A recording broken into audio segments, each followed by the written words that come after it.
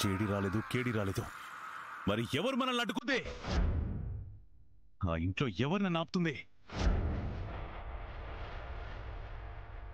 అక్కడేదో జరిగింది దేవా.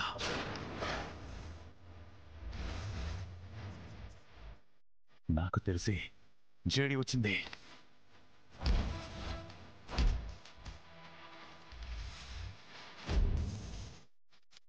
బయటే ఉన్నాం బాయ్. లోపలికి జేడీ రాలేదు.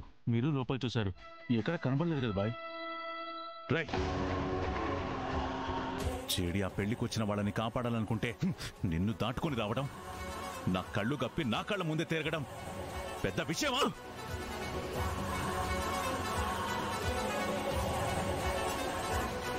జేడి ఖచ్చితంగా ఆ పెళ్లి మండపంలోనే ఉంది.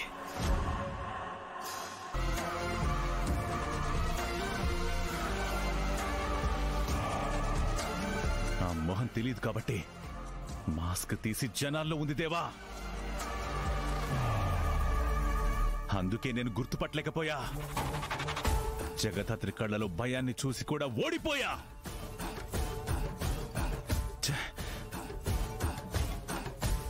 కేసు వెనక్కి తీసుకునేలా చేయలేకపోయా.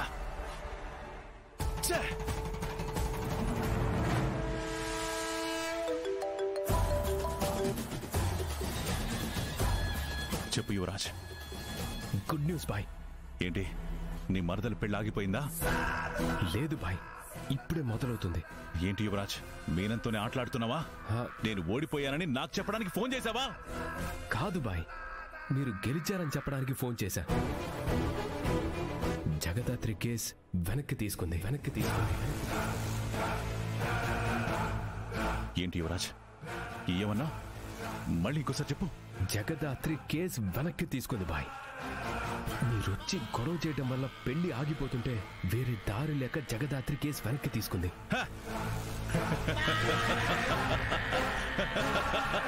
అంటే అంటే నేనే గెలిచా. జగదాత్రి మీద నేనే గెలిచా. జగదాత్రి మీద నేనే గెలిచా.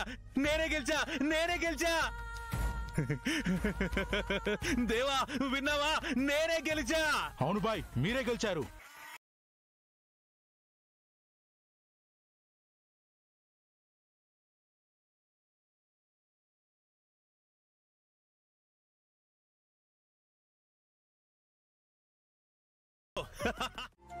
పైగా సిస్టర్కి తోడుగా మా బామర్ది కూడా ఉన్నాడు. జగదాత్రిని ఓడిపోనిస్తాడా? ఓడిపోతుంటే చూస్తూ ఊరుకుంటాడా? అయితే జగదాత్రి గెలిచింది అని అంటున్నారా? చెల్లి పెళ్లి తన చేతుల మీదుగా చేస్తానని చెప్పింది, చేసింది. వాళ్ళ అమ్మ మీద పడే నింద కూడా చెరిపేస్తానని చెప్పింది. అది చెరపలేకపోయింది కదా.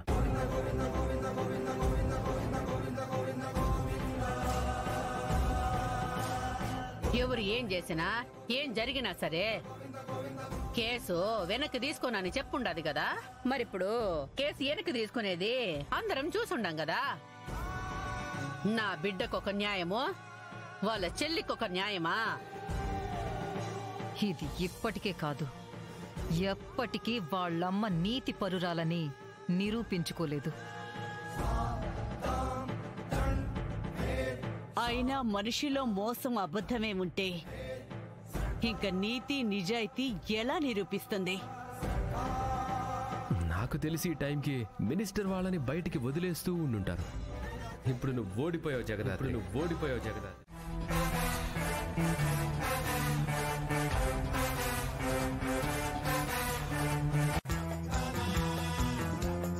ఓ పెద్ద మేధావుల్లో ఓరాక్షన్ చేసిన చాలు గాని ఏదైనా మాట్లాడి చావండి.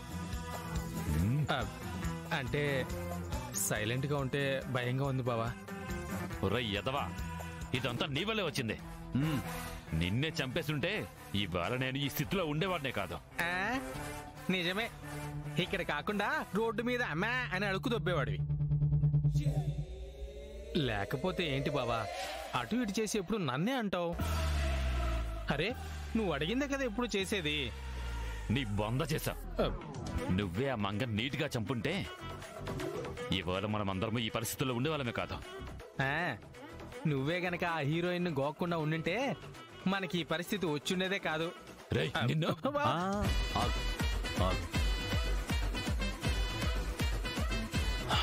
అసలు బయట ఏం జరుగుతుందో తెలీదు. ఆ జేడీ మనల్ని ఎందుకు వదిలిపెట్టిందో అర్థం కాలేదు. వదిలేసి మళ్ళీ ఎందుకు అరెస్ట్ చేసిందో కూడా తెలియట్లా.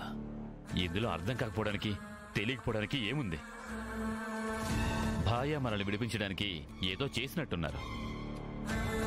భాయిని మోసం చేయడానికి మనల్ని వదిలి మళ్ళీ వేరే కేసులో అరెస్ట్ చేశారు. లోపల ఎన్ని రోజులున్నా కూడా మీ పర్ఫార్మెన్స్ మాత్రం తగ్గలేదు. హలో బాయ్స్, ఎలా ఉన్నారు? మిమ్మల్ని సార్, మీకు బీపీ ఉందని మా వాళ్ళు చెప్పారు. మళ్ళీ స్పెషల్గా ప్రూవ్ చేసుకోవాల్సిన అవసరం లేదు. అవును, ఏంటి ప్రసాద్ గారు, మీ ఫ్యామిలీతో జగదాత్రిని మాక్సిమం ప్రెషర్ పెట్టడానికి ట్రై చేశారంట. ఇప్పుడు మీ మీదున్న కేసుకి జగదాత్రి కారణం కాదు. తనకి ఈ కేసులకి ఏం సంబంధం లేదు. మరి ఇప్పుడేం చేస్తారు? మరి ఈసారి తప్పించుకోవడానికి ఎలా ప్రయత్నిస్తారు?